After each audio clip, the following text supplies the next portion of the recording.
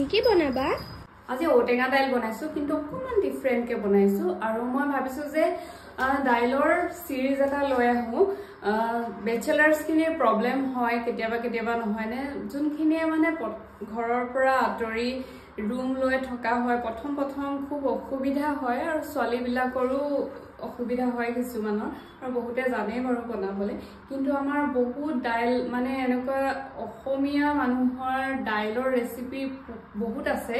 যোনটো আমাৰ বহুত হেলদিও হয় নহয়নে বহুত কিবা কিবি মিক্স কৰি বনোৱা হয় তো মই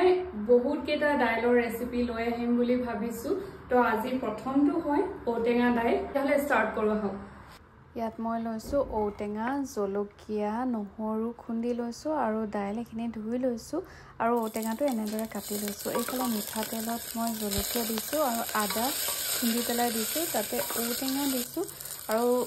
দাইলখিনি ইয়াতে দি লৈছো আৰু আপোনালোকে যদি জলকীয়া নাখায় স্কিপো কৰিব পাৰে দেই আৰু হালধি নিমখ দি লৈ পানী দিছো ইয়াতে মই এবাটি দাইলত 2 গিলাস পানী দিছো আৰু হালধি কম হোৱা যেন দেখি হালধি অকমান দি ইয়া সিটি মৰাই লম মই 5টা মান সিটি মৰাইছো ঔটেঙাখিনি ভালদৰে সিজিবৰ কাৰণে আৰু এয়া ৰেডি হৈ গ'ল আৰু অকমান ঘুটনি মাৰি দিম মই ইয়াতে আৰু এয়া দেখিছেনে অলপ ডাঠ হৈ থাকিলে খাই ভাল লাগে আৰু এবাৰ ট্ৰাই কৰি চাব দেই আজিলৈ আহো বাই